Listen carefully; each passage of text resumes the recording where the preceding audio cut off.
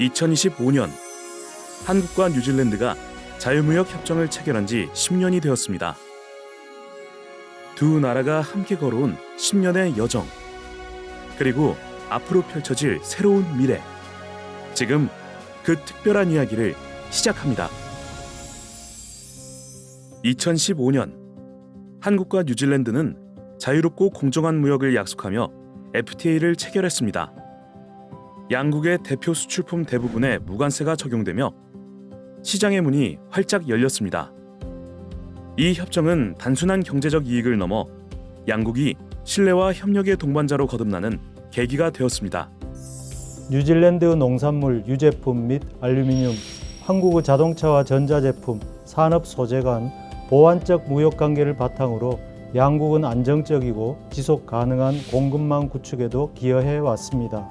또한 FTA는 단순히 양국 간 교역 증진을 넘어 정치, 교육, 문화 등 다양한 분야에서 양국 간 교류를 증진하고 양국 간 신뢰를 강화하는 기반으로 역할해왔습니다.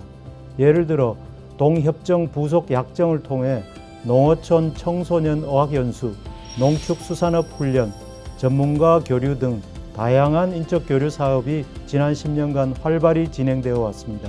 요컨대 상품과 서비스를 넘어 인적 교류에 이르기까지 한 뉴질랜드 FTA는 양국이 함께 성장하고 번영하는 윈윈 파트너십의 상징이자 든든한 기반입니다.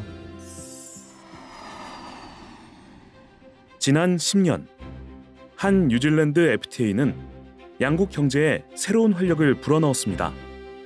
2015년 41억 뉴질랜드 달러였던 교역액은 2024년 92억 뉴질랜드 달러로 2배 이상 성장했습니다. 뉴질랜드의 청정 농수산물과 와인은 한국인의 식탁을 더욱 풍요롭게 만들었습니다. 한국의 자동차와 전자제품, 화장품은 뉴질랜드 현지에서 큰 인기를 끌고 있으며 한국 기술력에 대한 신뢰도 함께 높아지고 있습니다. 최근에는 배터리 원료, 친환경 에너지 등 미래 산업 분야에서도 양국이 함께 성장하며 장기적인 협력 기반을 다지고 있습니다.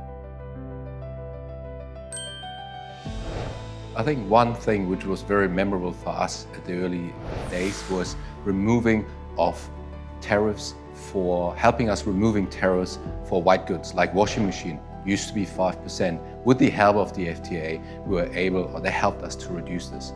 Again, this helped us to reduce pricing for the consumer, making it more price competitive. One of the most impressive collaboration we had was with one of New Zealand's biggest company, Spark New Zealand. A few years ago, we were able to partner with them to build one of their immensely big technology network towers and platform. The other more retail-focused examples we have there is the launch of our QLED TV, our family hub fridges, or recently our new foldable phones, which has been a very strong success in the New Zealand market. New Zealand is a country of early adapters. They love their technology, they love their gadgets. And we know, based on the previous examples, the FTA is a big cornerstone for our growth in the New Zealand market. South Korea is a really high value ingredients market for us, one where we've been operating for over 30 years. It's an interesting market because it has a declining domestic milk production, but an increasing dairy consumption, which means it has an increasing need for dairy imports.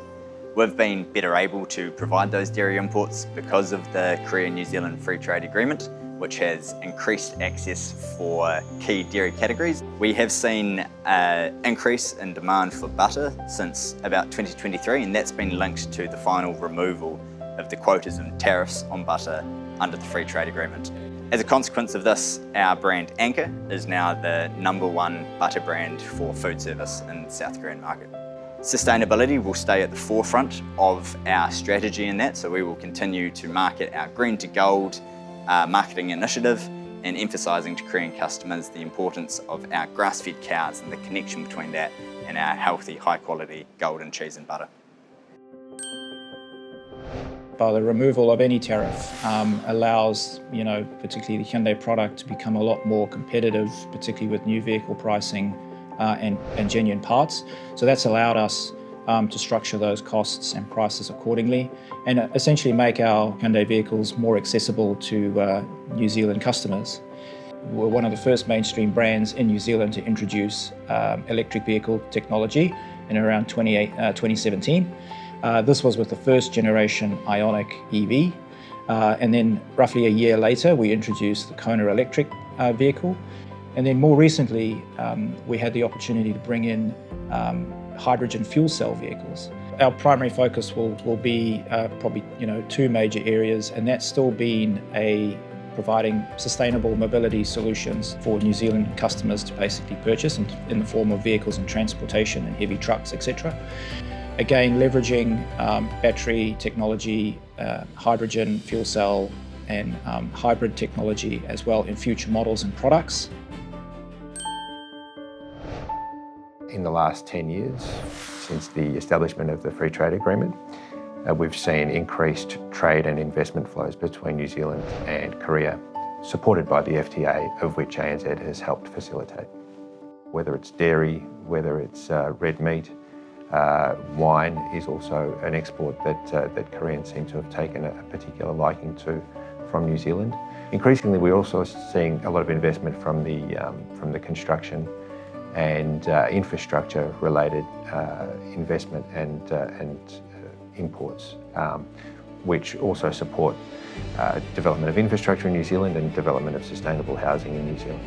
We would expect to see that our presence in Korea continues to support and enable further growth as that bilateral relationship expands into new products and deepens into more value-added products and services in the years ahead. 앞으로의 10년, 한 뉴질랜드 경제 협력은 더욱 다채로워질 것입니다.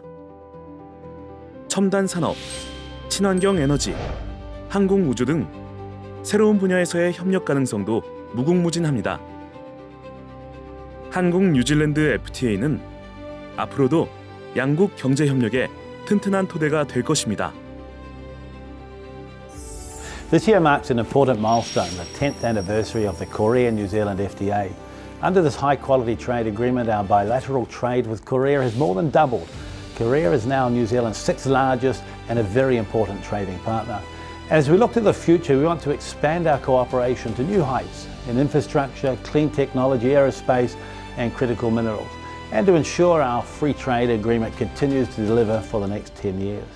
I'm pleased that we'll soon celebrate another milestone with Korea, the elevation of our relationship to a comprehensive strategic partnership, which we'll announce together at APEC Summit in Gyeongju in October of this year. It's an honour to celebrate this important milestone, and we look forward to even more cooperation between our two nations over the next 10 years. 한류 양국은 지난 10년간 호혜적 관계를 이어오며 이제 새로운 협력의 지평을 향해 나아가고 있습니다. 변화와 기회의 흐름 속에서 양국은 함께 미래를 만들어 나갈 것입니다.